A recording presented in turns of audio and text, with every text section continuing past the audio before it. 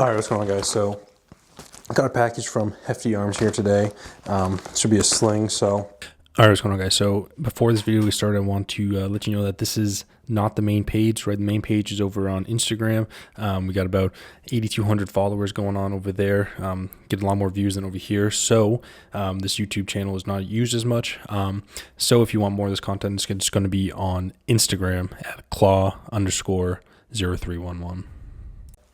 Go ahead and open it up and put it on here and kind of give you some first takes on it. I do have their other sling. They were nice enough to send me a sling and some other things before. Oh, what do we got here? Interesting. Was not expecting that. Wow, that's awesome. Check that out. Marpat. Wow, I appreciate that, guys. I really was not expecting another sling in here. I was expecting, what else do we got in here? I was expecting this. So, see here, I went for the Desert Digital one. I'm just gonna put it on this gun. Might change my mind right now, I don't know. Now I gotta think about it. My 11.5 build here, this is not the right lower. This is the stock I'm gonna be using. This is the 13.7's lower. Should be finishing the lower this week, actually. I gotta think about this now, because do I wanna put the Marpat sling on this bad boy now, or do I wanna keep this on here? Well, wow. Wore the perfect shirt for this today too, I didn't realize. It's kind of dirty. Well, I guess the first thing we'll do is we'll go ahead and open up the Nemesis sling. So this is the non-padded one.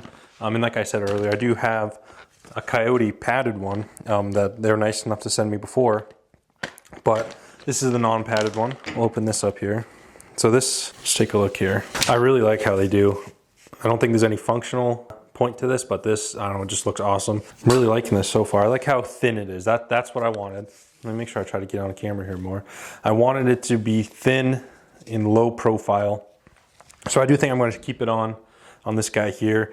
We'll go ahead and put this on a different gun here in a second. Put that off to the side for now. So what we're going to do is put this guy on the 11.5 here. And like I said, this isn't the stock. I mean, this isn't the lower it's going to be on, but this will be the stock. So I'm just going to go ahead and put it to how I want it to be on the final version here. And it's all over that here in hopefully tomorrow, actually. So what I do, maybe I should start off here.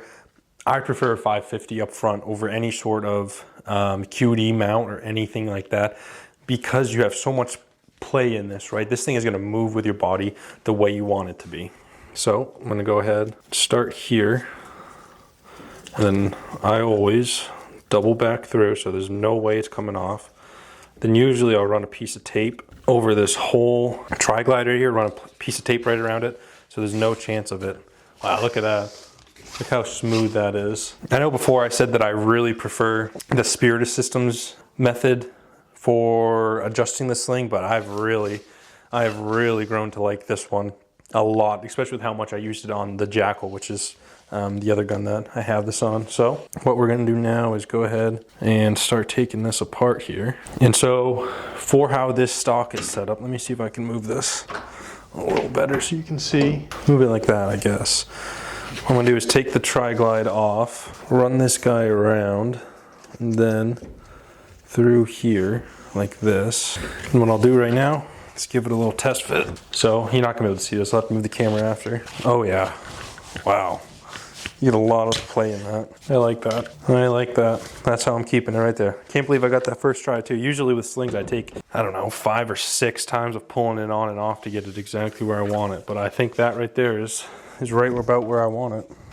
So you can kind of see the whole thing. Let me back up a little bit more, I suppose. So just like any other sling, for the most part, you got your pull tab. See how smooth that was to release it. Tighten, same thing. I mean, like I said, it's real smooth. It's real intuitive, I guess is the word I'll use here. There's a lot of adjustability in that. Look at that. And then tighten it right down. Let's go look at the other sling. No offense, Faro Concepts here, but I've grown to not like this this sling as much. I used this sling quite. This is actually one I used in the Marine Corps for a decent amount. It's real worn. This is the only part that's been replaced because I did snap the heck out of this once. But we're gonna put this Marpat sling on here. All right, throw that guy away. Here we go, look at that. Look at that, get close up here. All right, let's go ahead and put her on here. So again, I prefer, try to get this on camera a little bit better. So like I said, I prefer 550 as the attachment method out front. Now with a longer gun like this, I'm going to not double it back through yet because you want to make sure that the padded part is going to be over your neck in every, no matter what adjustability you have it at. So I'll take this.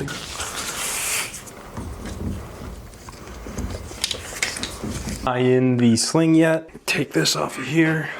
Pop these guys up for a second. And then this is going to be the tightest setting right here. See, loosen her up all the way, tighten it down. So it's a little too loose still. And I can tell, see how the padding isn't up as high as I want. I want that padding to be here when you know, the sling is adjusted to the patrol length. All right, give it another look here. That's tight, loosen it up. And now the padding, see the padding on this side's already out. It's around my neck when it's at a patrol length here. This is a little big for a patrol length too, because I'm accounting for having a little bit of kit over it, or layers even. And so this is about where I'm going to keep it right now. And then again, I can tighten it right down. There's a lot of adjustability in this. This is awesome. Coming through twice here, get it real secured, and then come back once over here. Now that is not going anywhere. And then that should always be, this should never interfere with my cheek weld because it's on the far side of the sling. My cheek will be flat against here.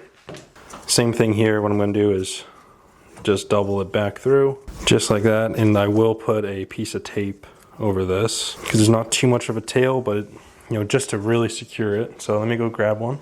And so for pretty much everything like this, what I like to use is just this hockey tape, right? Everybody's familiar with this stuff. And a lot of people use it as like a grip tape for pistols and whatnot, but it's just a cloth tape. It's not insanely sticky, but it's not going to fall off either. And it works great for this type of stuff. All right, sling is in a necklace style here. This is how it usually is when you're shooting, right? So this is fully loose, tightened all the way up. Obviously has a ton of adjustability here, as you can see. So loosen it back up, kind of get it to where it would be in a patrol capacity. Tighten it down a little bit more there. And you can see, again, a lot of adjustability. The big thing here, the pad is where I want it to be. Meaning over my neck, around my body.